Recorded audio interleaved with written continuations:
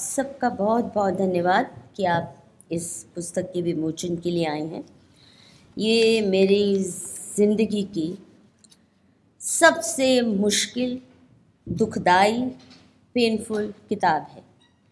इसको लिखते वक्त, इसका मटेरियल जुटाते वक्त, कंसर्न लोगों से इंटरव्यू करते वक्त, फ्रॉम डे वन मुझे लगता है कि वो जो ट्रॉमा है कि ये क्या हो रहा है हमारे देश में, कितनी भीषण अवस्था है और कैसे हमारा सारा system, police, judiciary, politicians, top notch ऊपर से लेकर नीचे तक कितने या तो कॉम्प्रोमाइज्ड हैं या मैनिपुलेबल हैं, और कैसे सबवर्सिव फोर्सेस इस देश की जड़ें काट रहे हैं घुन की तरह।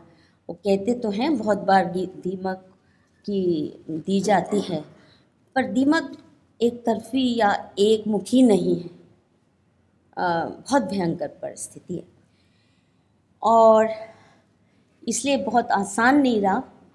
It's been a traumatic book to write through a very difficult period of my life when I was in very bad health etcetera etcetera. चलो, सबसे पहले मैं आपको बताना चाहूँगी कि कायदे से इसका जो बुक विमोचन पहला होना था वो जम्मू में और रसाना गांव में उसी कालीवीर देवस्थान में होना था, जिसको बदनाम किया गया, जिसके ऊपर ये आरोप लगाया गया कि यहाँ पे लड़की को हफ्ता भर रख के गैंगरेप हुआ वगैरह वगैरह। पहली पुस्तक मैं वहाँ अर्पित कर चुकी हूँ, परंतु मैं जा नहीं पाई क्योंकि मेरी तबीयत बड़ी गड़बड़ हो गई और उस हालत में जाना संभव नहीं था। पर जल्द ही जम्मू जाना होगा।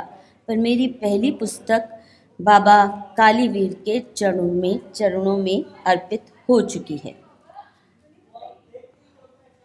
दूसरा,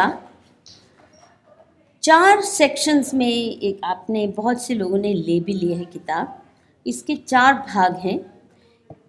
एक तो first section is the Kathua conspiracy and the bizarre charge sheet. Second section is lead players who peddled the fake narrative, and I have named all those people जिनका कायदे से पब्लिक ट्रायल होना चाहिए और ऐसी सज़ा होनी चाहिए जो शायद देशद्रोहियों को किसी ज़माने में मिला करती थी। अब तो it's freedom of expression, right, जो भी देशद्रोही।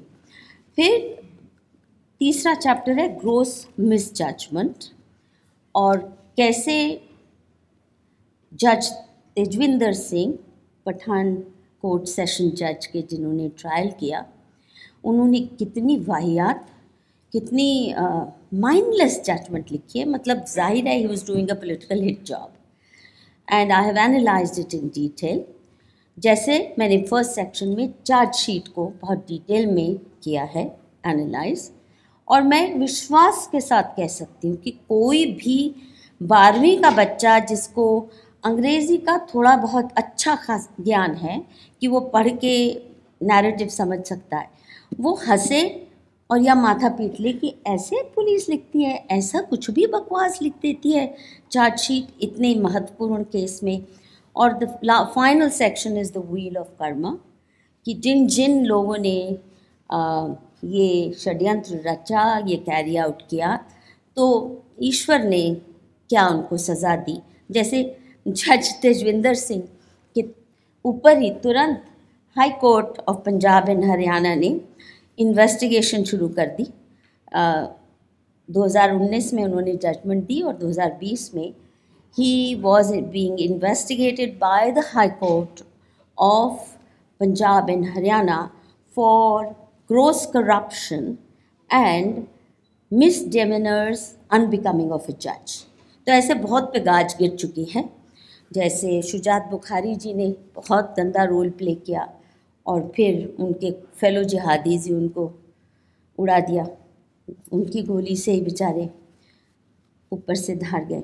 तो ऐसे बहुतों के साथ हुआ है, उनको ईश्वरीय सज़ा मिली है। हालांकि इस दुनिया में या हमारे शासन में तो सज़ा देने की अभी हिम्मत नहीं, वो तो मस्ती कर रहे हैं जो लोग, जिन्होंने बहुत सा झूठ बोला और जो 8 इनोसेंट्स जिनको एक्यूज किया गया इस क्राइम में और इनकार्सरेट किया, वो आज भी बरी नहीं हुए हैं।